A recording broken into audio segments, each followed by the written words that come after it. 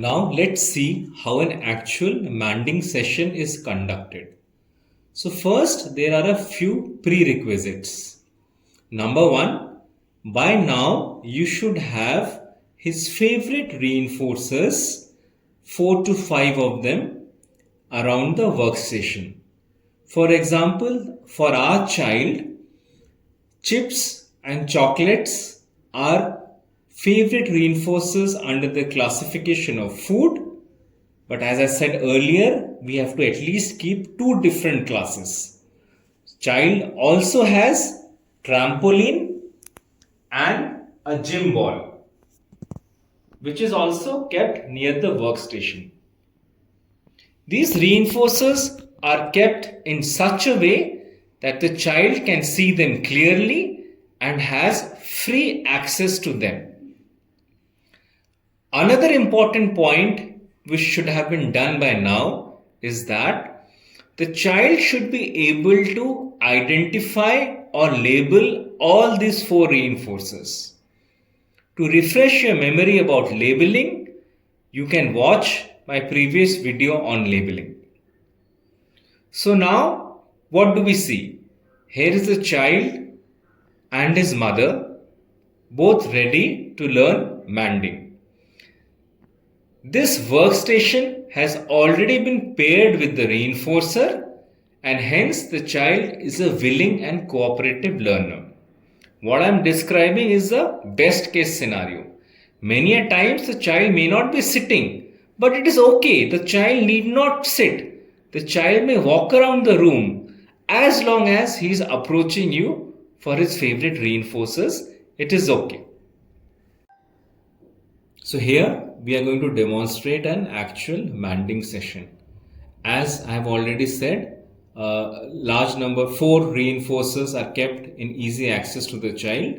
On the table we can see there are pieces of chips on a glass bowl and pieces of chocolates in a glass bowl. So let's imagine our child today has chosen to pick up and eat chips, and the mother will allow him access to the chips.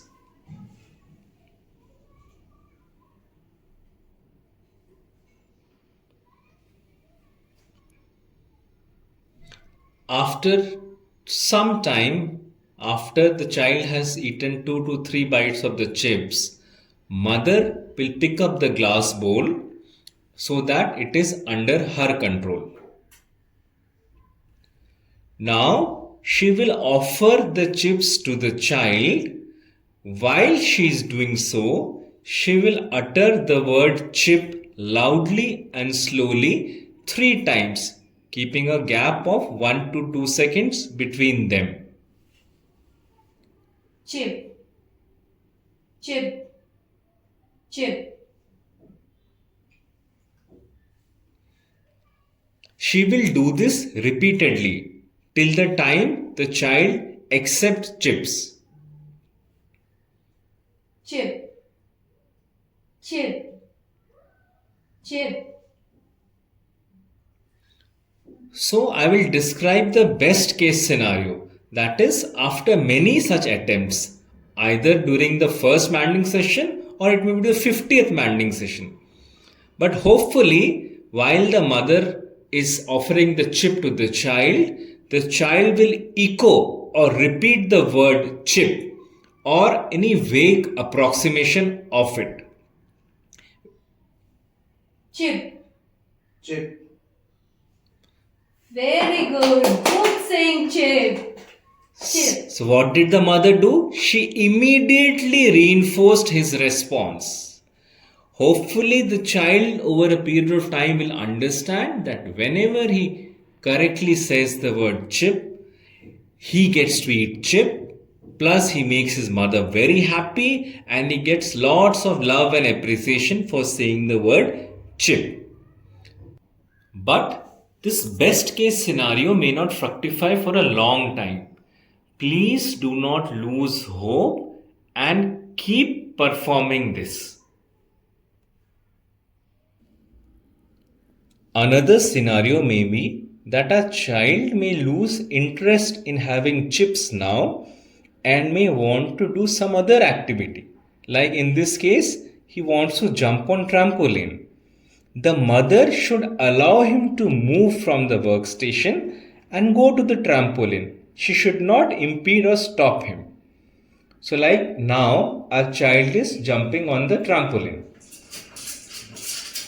So after some time, the mother should gently stop him from jumping, hold his hands, make him jump again, and that time loudly but calmly repeat the words jump, jump, jump with a gap of at least 1 to 2 seconds between the words. The script remains the same as it was with feeding the chips. We are hoping that during this activity, if not now, maybe after a few days, the child will repeat the word jump or any approximation of it. When the child does that, it has to be reinforced strongly. We'll demonstrate all this now.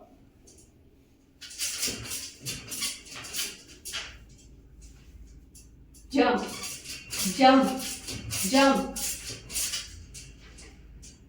Jump, jump, jump. Now the child will utter the word jump. Jump. Jump. Very good. Jump, jump. See how the mother reinforced his utterance. We have to remember not to keep our sentences complex. It is no use telling the child in the initial few days or weeks of therapy that son, please eat the chip, or son, say chip, or son, say jumping on the trampoline. We have to keep our instructions to single word so that language acquisition is easy for the child. Now, one more scenario can arise that one of the reinforcers is so strongly motivating for the child that the child does not want to let go of it. So, there are two ways of dealing with it. Either you do not use that reinforcer during therapy sessions, or you use it to your advantage. Like in this case, for our child, sitting on the gym ball is highly reinforcing and motivating. So the mother has substituted chair for gym ball. So in this case, the child is a willing and a happy learner because he gets to sit on the gym ball. Now let's imagine our child has learned to mand for 12 or more reinforcers. Now we move on to teach him how to mand for these reinforcers when they are out of sight. For example, here the mother is holding a bowl of chips and the child by now can mand for this chips consistently. Chip. So the child said chip and the mother immediately reinforced the response by giving him chip. Now we want to mand for it when the chip is out of sight. So after some time, what the mother will do is she will hide the chip bowl either under the table or behind her back, but making sure that the child notices what she is doing. In this case, the mother has hidden the bowl of chips behind her back. Now she is waiting for 5 to 10 seconds to see if the child will again mand for chips. If he does not, the mother has to give a visual or a verbal prompt. A visual prompt could be she quickly shows him the chips and again puts it behind her back. Or a verbal prompt could be she will say chips. Say chips. So if the child follows any of these prompts and says chips, mother will quickly reinforce it. Chips. Very good, very good. So, as I said earlier, we want the child to transition from manding for his reinforcers when they are in sight to manding for the reinforcers when they are out of sight. Moving on to the next and final step. By now, a child has learned to mand for dozens of items inside, also mand for dozens of his favorite reinforcers out of sight. Now we move on to the final step in the hierarchy, that is manding for information. Moving on, by now our child has learned to mand for dozens of his reinforcers while they are in view and also when they are out of sight. Now we want to teach him the most important and higher skill of manding for information. An easy way of teaching manding for information is to keep few of the child's favorite reinforcers in an opaque bag. The mother will hold on to this bag and she will shake it playfully in front of the child. As the child tries to open the bag, she will tell the child, first say, what's in the bag? First say what's in the bag. What's in the bag? Now the mother will immediately reinforce his response by letting him pick whichever of his favorite reinforcers he wants to pick. Similarly, another example of manding for information could be when the child is all ready to go to the playground or the park. At that time, just hide his shoes. As the child is searching for shoes, you prompt the child. Say, where's my shoe? When the child repeats, where's my shoe? Immediately praise him and provide him his shoe. Dozens of such examples can be thought of by the parents to be used throughout the day so that their child can learn manding skills throughout the day. With this, we conclude our learning about manding.